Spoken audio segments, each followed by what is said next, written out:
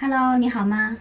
大千世界无奇不有，今天跟大家分享让我这个行内人也瞠目结舌的逆袭珠宝品牌。大家注意哦，这个话题有点多，所以我把它分成上下两集。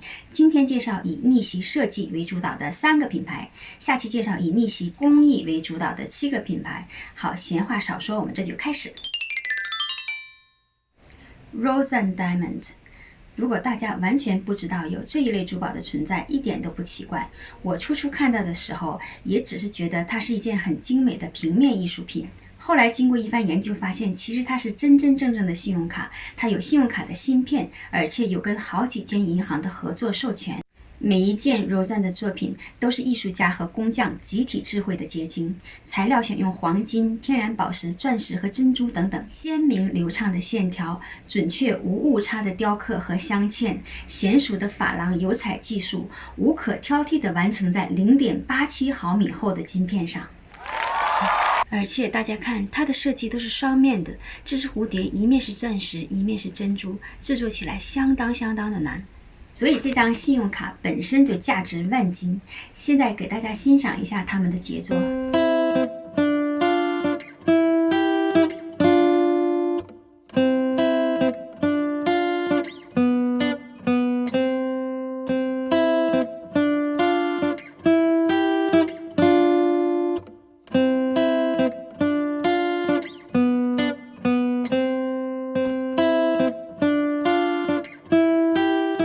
大家看一下，这些都是0.几毫米厚的天然宝石片，手抖一下都会破碎。这是铺镶的宝石和钻石，这些是手工雕刻。我认为William是这一类哥特式珠宝的一代宗师。由于他本人青壮年时期的人生经历，他的许多作品都有梦幻、死亡等设计元素。比如骷髅、张牙舞爪的怪兽，还有金属大多做了黑化处理。他的作品不单只有典型的哥特式建筑的细节，每一只戒指还带有一把小钥匙，是一个能打开的 treasure box。用他的话说，他不想让他的珠宝只是饰品，更是把古典艺术融入日常生活的艺术品，使佩戴者可以珍藏和体验这些时期永恒的美。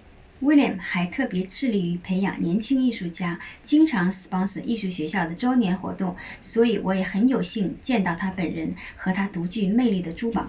现在请大家来欣赏他的作品。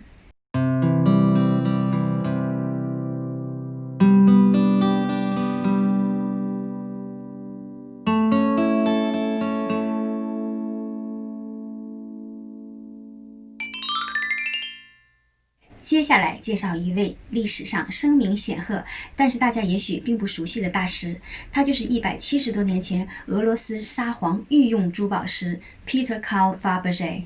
那个时候的 Fabergé 几乎囊括了全欧洲的奖项、皇家封号和荣誉。他不但复兴了迷失的珐琅艺术，更加把珠宝时尚从以钻石为主导转变为以设计为主导的艺术珠宝。他们的产品除了珠宝，还添加了豪华工艺品，包括石雕和帝国彩蛋，现在被公认为是金匠艺术的巅峰之作。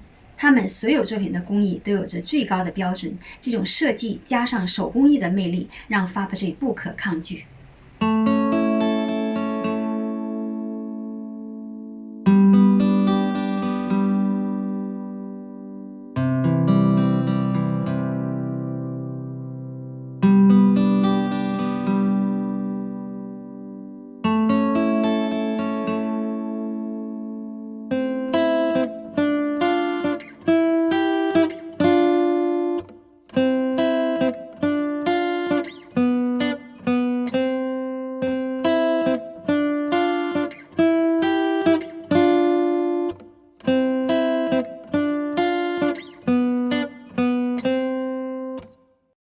Fabergé 的彩蛋总共有50颗。很可惜的是，沙皇尼古拉2世在苏联2月革命下台之后，这些珍宝在1920到30年之间被纷纷抛售，来缓解战乱给苏联带来的经济危机和饥荒。现在有42颗彩蛋被世界著名的博物馆和私人收藏，有8颗去向不明。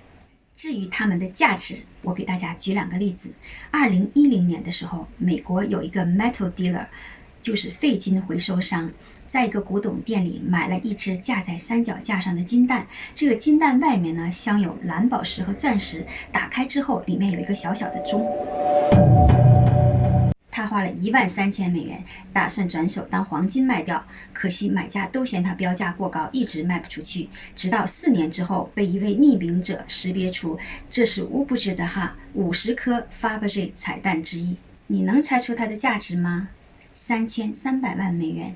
这颗就是 Fabergé 在1887年制作的第3颗彩蛋，也是目前被估价的彩蛋中价值最高的一个。再比如这一颗 The Winter Egg， 在1949年售价仅仅是4760美元，在1994年的拍卖会上拍到550万美元，在2002年再次拍卖，价值960万美元，这可是20年前的价位啊！至于 Fabergé 品牌的命运，简短截说，因为苏联革命被变卖、关闭和充公，后来 Fabergé 家族还失去了这个品牌的所有权。这个故事太长了，我在以后的节目里跟大家专门分享它的兴衰史和卷土重来的命运。上面这几位都是做到极致的逆袭品牌，当然以独特设计为主导的品牌远远不止几个或者几十个。如果你也有喜欢的艺术形式，期待你跟我分享。如果你喜欢我的内容，请订阅、点赞和转发。希望在你的支持下，我可以把节目做得越来越好。今天就到这里啦，谢谢你观看，下期见哦。